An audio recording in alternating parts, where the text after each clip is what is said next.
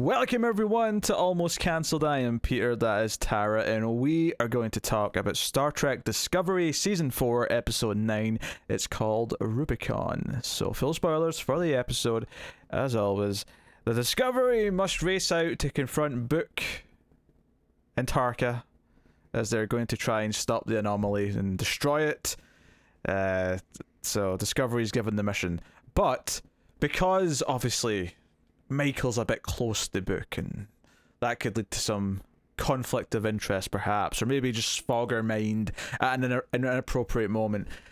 She's given a chaperone who is there to sort of like take control from her should the occasion arise, and they're like, well, we're giving the friendly face, and out walks Yum Yum, and she's she's back on the show. She's looking yum yum. If you wish. I was not making any allusions as to her physical appearance. I'm calling her Yum Yum. That is her name now in my head, because the only thing I really remember about her that's notable is that in the season 2 finale, when Giorgio said, let's go kill the bad guy, this character went Yum Yum. Yum, and that's yum. all I remember about this woman, is her weird over-the-top delivery of the words Yum Yum. So Boy, she sold it though, huh? So Yum Yum's here. That's why I love this show. Well, because someone gave a hammy performance in a scene? Loved it. So she's here. Michael's happy to see her. The crew's happy to see her. I was like, that's just fine. I'm indifferent. This is not worst case. I mean, the worst case scenario is Ash Tyler walks back onto the show, and I'm like, oh no, what's happened here? He was left in the past. None of this business. Yeah, I suspect that's not going to happen unless a Q shows up or something. Yes. So hopefully never. But that's well, the Q. No one's heard from the Q in 600 years. Yes. We learned that in an earlier episode. Yes. So, but aye. Which is still after Picard. I'm thinking about Picard now, because there's going to be a Q's on Picard next season. So I'm just, but that's maybe we'll learn why. No, but that's still over 600 years ago, though, right? Yeah. Yeah. So that still fits the timeline. That's fine. Yes. Okay, just establishing. So here's a weird thing for me in this episode is that they decided, like, you know, we always bring up the bridge crew and like giving them things to do and giving them more character. Trying to pretend that we care about them enough that we're going to care that for some reason one of them is suddenly pro Book's plan and the other one is anti Book's plan, and they're going to bicker about it like 3 times in the episode. Mm-hmm. Like that. Were you bothered by this a little bit? No, it was mostly just I just kept hearing, like, okay, I get it, that the DMA is COVID and people are divided and there's no middle ground. I kept hearing the term middle ground a lot. We can find a middle ground here. Like, I understand we're all divided on this, but surely with science backing us up, we will find the right way to do this. And still people are too held on to their convictions and are unwilling to change. Yeah. I don't know if it's a perfect correlation. Well, sure. It's sorry. I mean, it's a Star Trek, you know, a sci-fi show doing some sort of allegory. The reason why I say that is because by definition, then that means Book is like, because we understand why he's doing what he's doing here, but like Book's just falling for the, you know, the propaganda, the guy with the big voice and who says he's gonna solve all your problems if you just believe in him, but he has his own agenda. He's not actually on your side.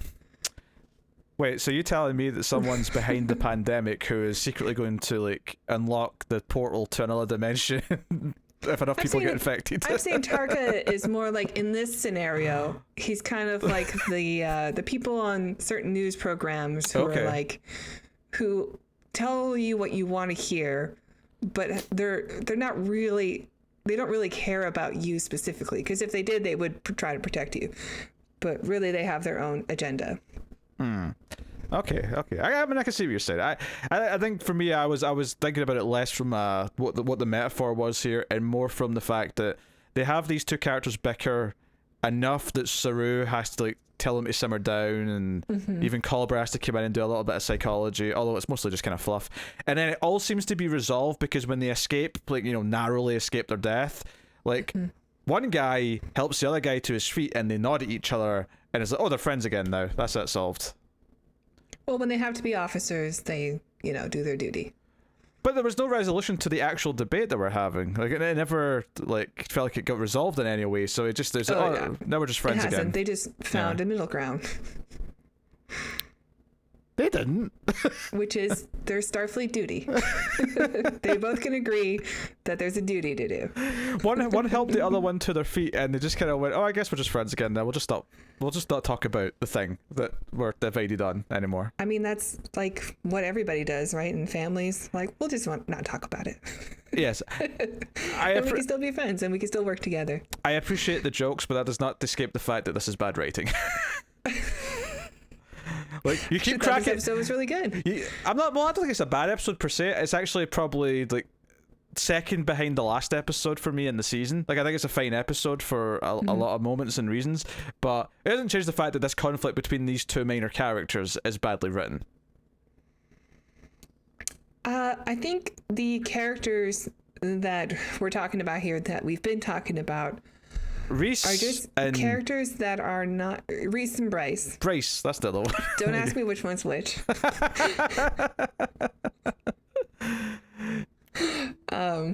But I think they are they're pretty flat, and I think they've been flat from the beginning. Because they just normally they're just in the background looking at stuff, yes. Or they'll have a shock reaction to something, but no dialogue. They'll pretend they're giving one of them a plot line, but then they'll just not show any of it, and then just have them say, "Oh, thank you so much, Captain, for giving me this opportunity. My family was, washed away in a hurricane." Okay. Which I believe can we see him do something now that we like? And I believe that's his motivation as well for siding with Book. He's like, you know what it's like to lose everything. Like, that's his whole motivation, is that he lost his family tragically. Yes. I mean, ultimately, we can get to the nitty-gritty of it, but the ultimate thing that they get to is that they come after Book. There's a bit of a conflict there where it sets up the idea that there is going to be like a weird conflict here, because it's like, well, Book and Micro care about each other. Book still wants to do the right thing. Tark is a bit more villainous, but he's trying to still pretend to be nice, kind of thing. We'll get into the nitty-gritty of that. But the ultimate thing that I think we should talk about is the idea that they work out that the anomaly is going to be here in this sector of space, which is uninhabited, right? There's no one in danger for the time being, because this sector of space there's no populated planets on it. And they figure out, based on how much of this substance that it's like mining, that it'll be here for another week, give or take, right? They worked out it's like 150 something hours, and it's like, well, that's a week where it's not a threat to anyone. So your whole reasoning for trying to blow it up now, to protect people, is like, well, no, like, you can put this on hold for a week, and no one's in danger, and that gives us a week to do it our way.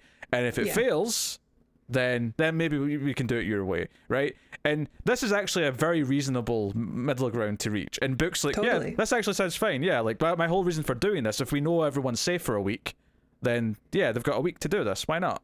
And Tarka's like, no, because Tarka just wants the power source. That's all he wants. So this, I was fine with. I like this compromise that's presented.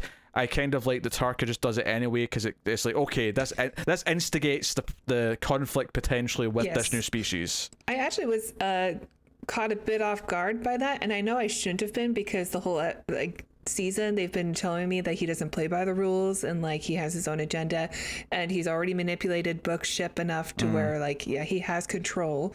And I kind of fell into the trap that Burnham did, thinking that all you had to do was convince Book. But no, there's two people on there. Yeah. You didn't convince the other guy at all. So when he did set off the bomb, I was kind of like, oh, crap. Like, this is actually happening. And they go out of their way to show that he's not completely villainous and evil, in the sense that, when his like automated defense that he installed is about to kill the shuttle full of Saru and the other guys, like, it's actually him that comes up with a solution that will let them escape. So he does think of a solution, but ultimately he's never going to like put them ahead of his goal. But in this case, it wasn't going to affect his goal by like helping them survive. So he still helped, but so you did fire like torpedoes at discovery, though. He did do that, yes. I mean, yeah, they got shields and stuff, so I mean, they're fine. It's true. I did like the moment a lot where I was getting a little frustrated with Burnham because, like, the whole reason Non is there is to be like, hey, she's here to make the decision that you can't make. And, you know, Burnham has been saying, I can do it. I'm a Starfleet officer first. If it comes to this, I'm willing to make the hard decision.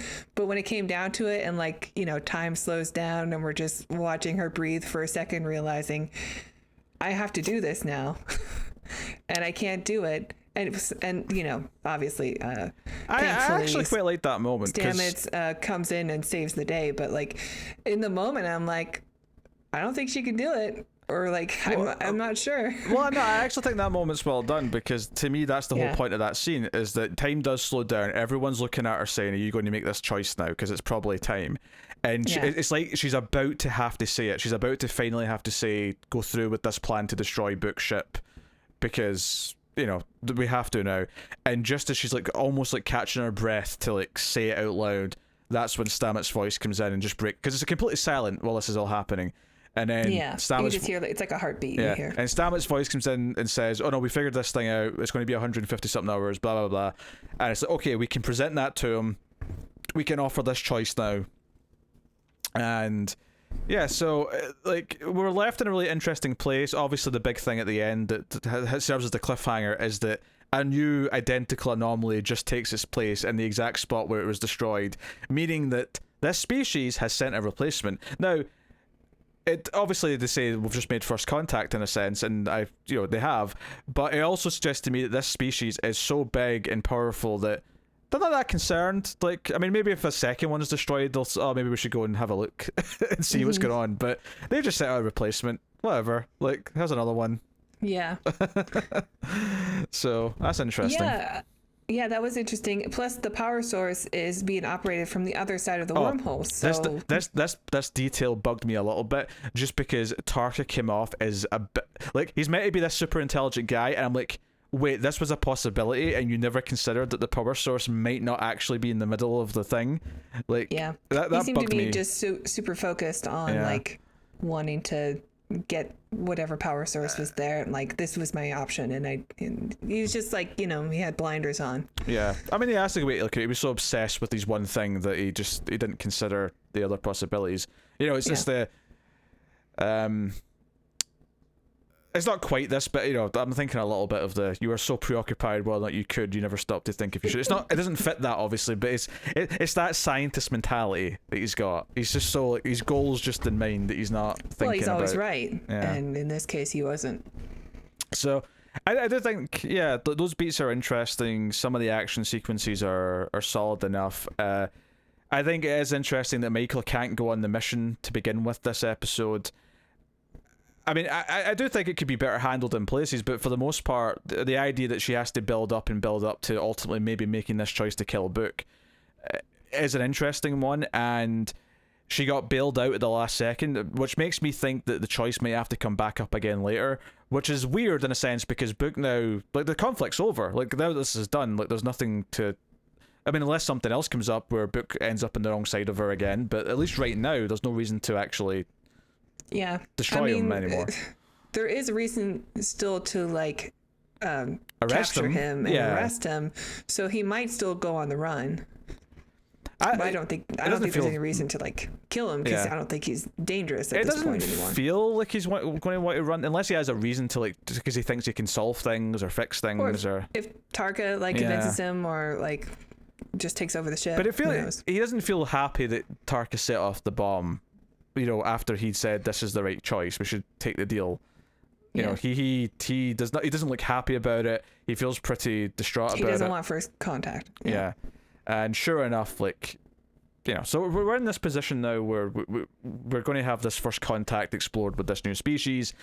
I guess my concern with Tarka at this point is that he's had this, like, buffoon moment where, oh shit, I did the big thing, the big cataclysmic thing that I shouldn't have done, and I didn't even get what I wanted out of it. Like, what sort of payoff do we get with him now specifically?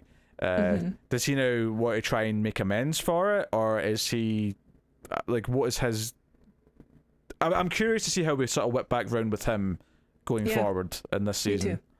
So yeah, that's interesting. Some other things going on in the episode that I can take or leave. Saru's weird little romance with the Vulcan president. I don't know. I think this has been pretty adorable. Like, it's not a relationship that I saw coming, and it's not one that I've been like that into. But like watching Saru go to Culber and like talking to her over the hologram and stuff, and her just saying like, why don't we just have dinner together? And I don't know, like there is something very sweet and something very adorable about this that I am kind of into it now. There's something just a little off about how it's presented, I think, to me. The fact that, you know, the whole thing starts where Saru says he's under a lot of stress and he wants some advice from her, he wants her company or whatever. I think he just wants to see her. Like Here's that, an excuse.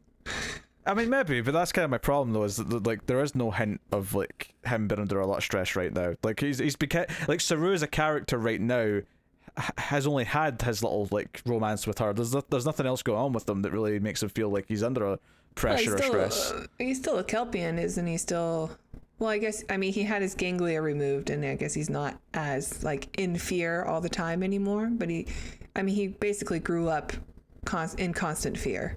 Yeah, but we're not. So I imagine meditation would help a Kelpian out quite a bit. Sure, but we're not seeing any reasons why he needs it right now. You know, he says he does, but we're not seeing any of it. You know, and that's one of the problems that this show has a lot with a lot of its subplots, is it just tells us things. It doesn't really show us things that lead into what the story is. It just kind of does them and says, here's all the things you need to know about how we're feeling right now, and that's why we're doing this thing. Yeah. So it's a little textbook in that way. There's some fun little beats though. You know, Stamets, when Michael says, you know, do this thing faster, he's like, you know, is there any acceptable answer other than yes? Like, and she's like, no. Well, yes then. When clearly what he means to say is, no, it's not possible to go faster. This is I'm going it's at top such a Star speed. Trek trope, right? Yeah. I can't break the laws of physics, Captain, except whenever you ask me to, because otherwise we'll all die. Yeah, he may as well just said, I can't go any faster, Captain. You know, I can't go any faster, Captain. She'll only take it. Yeah. He may as well it's a Star Trek trope, and it was funny. Yeah, I mean, I think I like that this episode was focused on one kind of key conflict, and it was very much, you know, like, if they set off this bomb, you have to teleport quickly because otherwise we'll all be destroyed. The only way to maybe to stop them if they're really going to go through with it is to blow them up. You know, he's got like a shield disruption shield to stop any teleporting on book ships so that they can't teleport them out. Which is why they can't just teleport the bomb. But that's what Tarka does in the, you know, but he does it quick enough that no one's able to react or do anything. Then they have to just escape as quickly as possible. I like the cat and mouse of like both of them just sort of jumping into different locations and like immediately being chased by Discovery to block them from the main power source. Yeah, that's stuff visually I thought that was like a fun fight, you know. Yeah, no, I agree.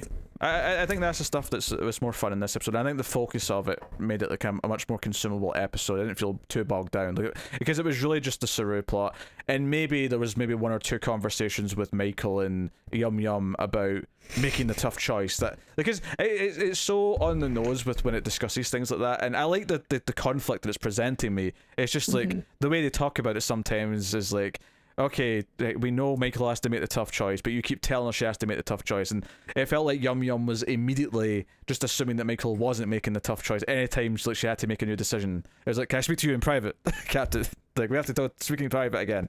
I think they go into like her ready room like 3 times. Yes, it's too much, right? It's like, less is more. Less is more.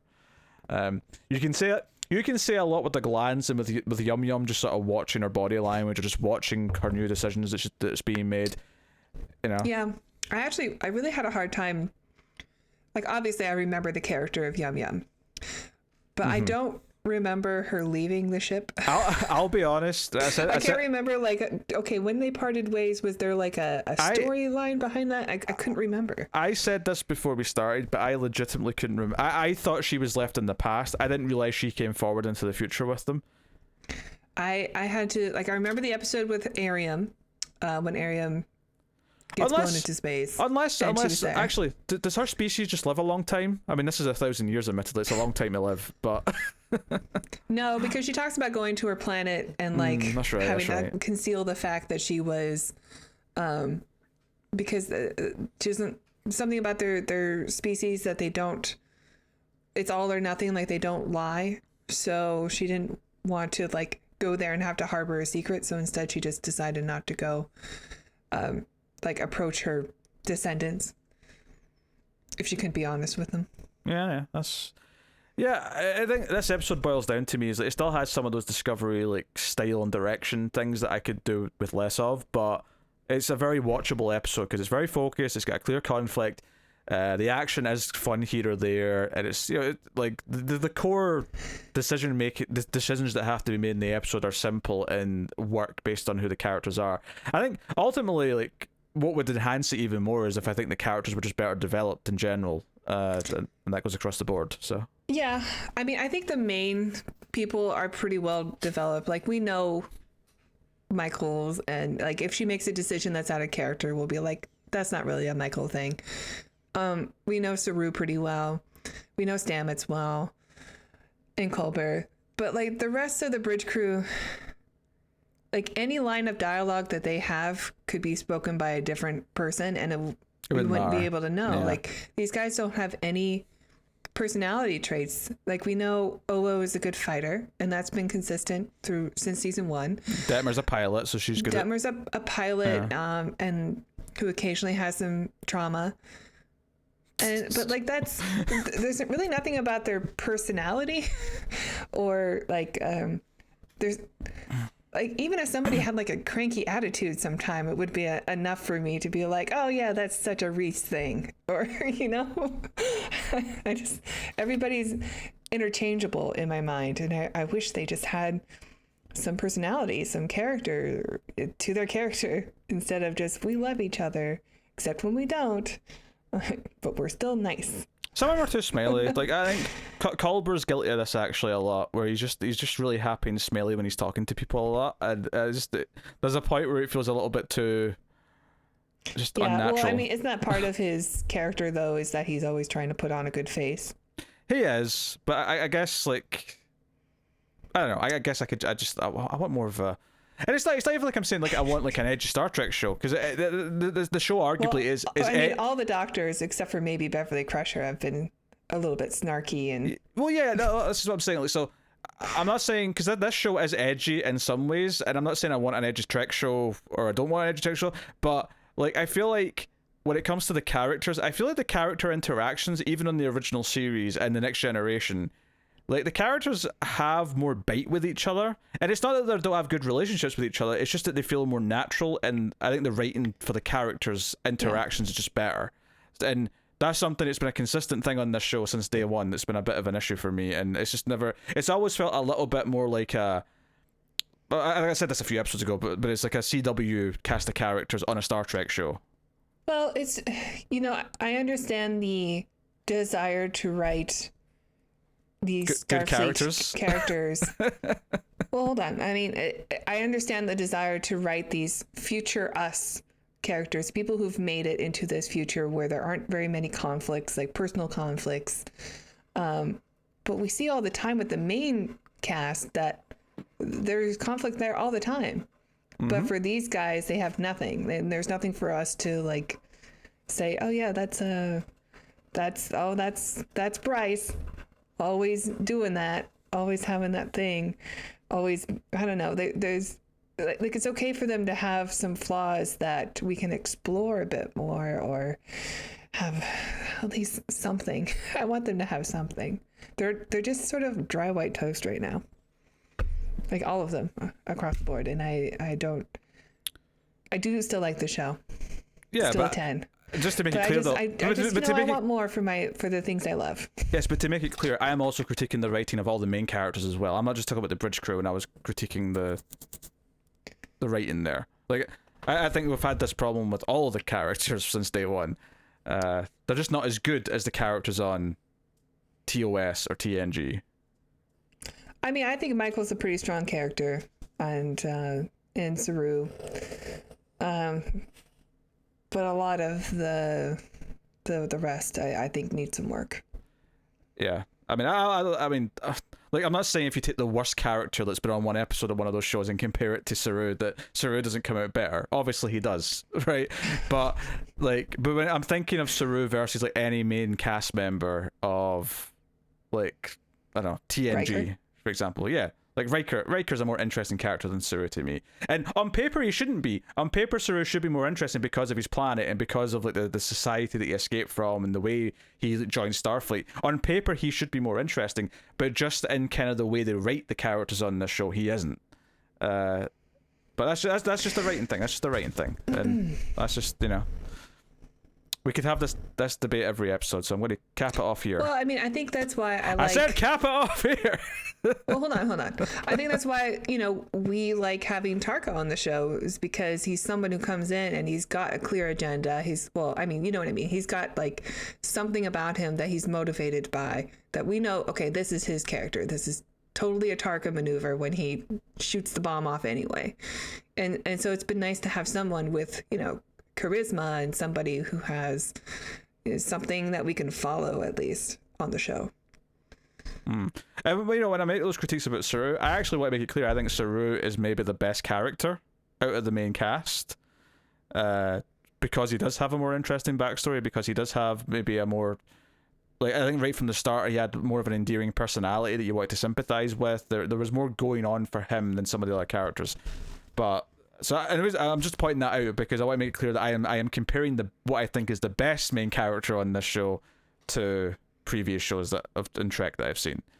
But admittedly, you put Saru against, I don't know.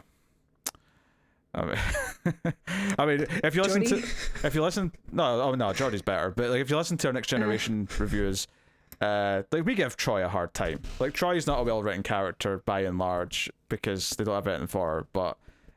So maybe there Saru might come out on top, but, like, you know. Yeah, the women weren't written very well in Next Generation. Yeah. Have you watched the episode yet where they do, like, the cardio or whatever? They're doing some sort of aerobics class. Crusher and Troy, and they're in, like, these really tight-fitting leotards. I think I've seen that episode. I recognise. I can picture it in my head. They're sort of, like, sitting face to face, like, and they're both doing, like, stretches. Yeah, I think that's also kind of a meme that's gone around. Yeah, maybe I've just seen the GIF, but yeah, they've got, like, their feet are basically touching, and they're both doing like a V shape with their legs, and they're kind of stretching. Yeah. I'm not sure which episode that is, but it's like, what is this? What is this doing here? Like, you're already underwrite your female characters, and now they're just here to show off camel toe. It's aerobics. What can you say? I mean, you say camel toe, and all I can think of is Tasha's sister, because Tasha's sister was the queen of camel toe. Yeah, that was just like that was like going down the Vegas. That was like going down the Vegas Strip, and lots of, like, neon, like, arrow lights, like, pointing to it. Like, it was like, here, there's camel toe here. Everyone, like, stare here. Oh, that looks so uncomfortable. I mean, yeah. So, anyway, that was a bit of a tangent to end on. This has been Star Trek Discovery Rubicon. Thank you very much for joining us. Let us know what you think of the episode in the comments below. Like, subscribe, ding the bell for notifications. All those things do help us, so please hit all the buttons. And of course, you can support us financially over at patreon.com/MailFuzzTV for as little as $1 per month and help keep all the content coming. So thank you once again for watching or listening. We always appreciate it. Keep watching TV. Have you got any vanilla?